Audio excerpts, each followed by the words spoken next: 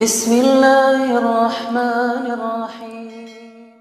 Sampai masanya tiba, datang malaikat membawa kain kafan min nur dari cahaya. Lalu malaikat menampungnya, keluarlah roh. Sejuk terasa dari kaki, naik ke atas. Naik, berhembuslah dia dari mulut. Wa nafakhtu fihi min ruhi, aku hembuskan, aku tiupkan. Dulu waktu masuknya ke tanah, ke daging itu ditiup, maka keluarnya pun juga keluar. Maka mata memandang, ruh keluar. Biji mata memandang, keluar biji mata. Makanya orang yang mati itu matanya terbuka. Makanya yang pertama kita lakukan menengok orang mati adalah memejamkan mata. Allahumma ghfir li abdus samad warfa' darajatahu ma'al ghabirin. Inna lillahi wa inna ilaihi raji'un. Makanya saya jarang-jarang datang bila ada sebut ustaz ada orang meninggal dunia. Sudah lama, baru sejam, nanti saya datang. Sebab apa? Saya takut nak pejamkan mata dia. Agak-agak sudah dipejamkan orang, baru saya datang. Saya datang, dah 3 jam, 4 jam, alhamdulillah saya datang. Belum tutup lagi. Iya. Kenapa? Menunggu Ustaz Somad. Paksalah saya tutup. Allahumma ighfir li fulan ibn fulan warfa' darajatahu ma'al ghabirin. Inna lillahi wa inna ilaihi. Mana istri yang katanya sayang, kaulah bulan, kaulah bintang, setengah nafasku pergi, buah hati belayan jiwa. Ketika roh ada dari jasad, memang betul kata dia sayang, tapi manakala roh keluar dari jasad, dia pun takut menengok mata kita. Dia takut menengok kita. Dia takut jam pukul 2 malam, jam 1 tutup balik. Na'udzubillah. Begitulah kalau kematian sudah tiba. Sampai pada akhirnya dia tutup. Innalillahi wa inna ilaihi raji'un. Selepas itu roh pun keluar, dibawa. Kalau dia baik, roh itu dibawa, dimasukkan ke dalam kain kafan min nur. Hadis riwayat Ahmad bin Hanbal. Lalu dibawa oleh malaikat sampai ke pintu langit. Malaikat bertanya, inikah orang yang amalnya selalu dibawa pagi, dibawa petang? Inikah orang yang amalnya selalu dibawa hari Kamis? Inikah amalnya yang selalu dibawa pada bulan nisfu Sya'ban? Ya, inilah orangnya. Kam min masyhurin fil ardi walam yakun ma'rufan fis sama. Bukan hadis. Berapa banyak orang yang namanya masyhur di bumi, tapi malaikat tak mengenal dia. Tapi berapa banyak orang yang tak masyhur di bumi, tapi malaikat mengenal dia. Mengapa? Karena amalnya pagi dan petang dibawa oleh malaikat. Orang ini mana? Belum datang. Orang ini mana? Belum datang. Orang ini mana? Belum datang. Disambut dia, disambut kedatangannya. Masya Allah, tabarakallah. Mudah-mudahan kita termasuk orang yang disambut oleh malaikat karena amal soleh kita. Maka bila saya datang di satu majlis, malam tadi datang di Shah Alam, orang menyambut ramai. Malam ini datang ke Masjid Muaz bin Jabal, ramai. Esok malam di Terengganu datang, tak tahu entah ramai entah tidak. Ramai. Dalam hati, hai Abdul Somad, apakah malaikat akan menyambut engkau nanti juga dalam keadaan ramai? Kalau engkau ikhlas, iya. Tapi kalau tidak ikhlas, na'udzubillah. Nabi Isra Mi'raj berjumpa dengan orang yang sudah lama mati. Bagaimana rasa kalian mati? Apa kata mereka? Seperti kambing yang dikuliti hidup-hidup, seperti tebasan pedang di tempat yang sama beratus kali, seperti kail mata pancing yang masuk ke dalam kulit yang basah, ditarik, disentapkan sehingga terikut dagingnya sampai keluar. Makanya selalu kita berdoa, Allahumma hawwin alaina fi sakaratil maut, taubatan qablal maut, taubat sebelum mati, wa rahmatan indal maut, dapat rahmat ketika mati, wa maghfiratan ba'dal maut, mendapatkan ampunan sebelum mati. Allahumma awin alaina fi sakaratil maut. Makanya doa selamat itu baca pelan. Baca pelan, merenungkan. Ini sekarang banyak orang baca doa selamat cepat-cepat. Maut.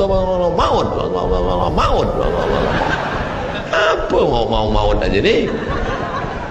Saya tak pernah menghafaz doa itu pakai kertas, tak pernah. Wa taubatan qablal maut, wa rahmatan indal maut, wa maghfiratan, belum pernah. Kenapa Ustaz boleh hafaz? Sebab dulu dibawa oleh ayah, dibawa oleh bunda, dibawa dalam acara tahlil, dibawa dalam kenduri orang mati, dibawa. Tiap hari telinga mendengar Tuan Imam membaca pelan, maka kita ingat wa taubatan qabla al-maut wa rahmatan 'inda al-maut. Anak-anak kita ini walaupun mereka lari sana sembang sini, tapi telinga mereka mendengar. Dan anak-anak ni hafaz. Kadang anak hafaz, ibu bapa tak hafaz. Sebab apa? Sebab dia golden age, usia emas. Mereka hebat, mereka kuat ingatannya, menangkap hafazan itu begitu kuat. Maka kita ajarkan mereka doa itu pelan-pelan. Sebab bila kita ajar kuat-kuat, mereka balik, dia panggil, ibunda dia panggil, cuba kau baca apa doa tadi? Allah maut, Allah maut. Apa mau aja ni? Sebab di Iraq banyak orang mati, sebab di Suriah banyak orang mati, di Palestin banyak orang mati, di Rohingya banyak orang mati. Padahal maknanya amat sangat dalam. Allahumma hawwin alaina, ringankan kami fi sakaratil maut. Tidak ada gunanya amal banyak kalau tidak selamat dalam sakaratul maut. Makanya kita selalu minta kepada Allah, Allahumma khtim lana bi husnil khatimah wa la takhtim alaina bi su'il khatimah. Allahumma ja'al akhir kalamina, jadikan akhir kalam kami inda intihai ajalina, ketika ajal kami sampai, jadikan akhir kalam kami yang terakhir keluar dari mulut kami qaula la ilaha illallah Muhammadur Rasulullah. Allah. Biasa orang takbir ini nak pergi perang, menghadapi sakaratul maut penting juga takbir. Sebab di situ banyak segala macam godaan-godaan. Datang syaitan membawa air, katanya menjelang sakaratul maut itu haus, panas, haus, maka datang syaitan membawa air. Engkau sebut nama aku bagi air. Mau? Kata dia. Mau? Engkau mau? Sebut nama aku. Tapi bila iman kita kuat, maka dia tidak akan mampu untuk menggoda kita. Sampai kapan syaitan tak pernah berputus asa? Sampai bila? La atiyannahum min baini aydihim, aku datang dari hadapan, wa min khalfihim, aku datang dari belakang, wa an aymanihim, aku datang dari kanan, wa an syama'ilihim, aku datang dari kiri.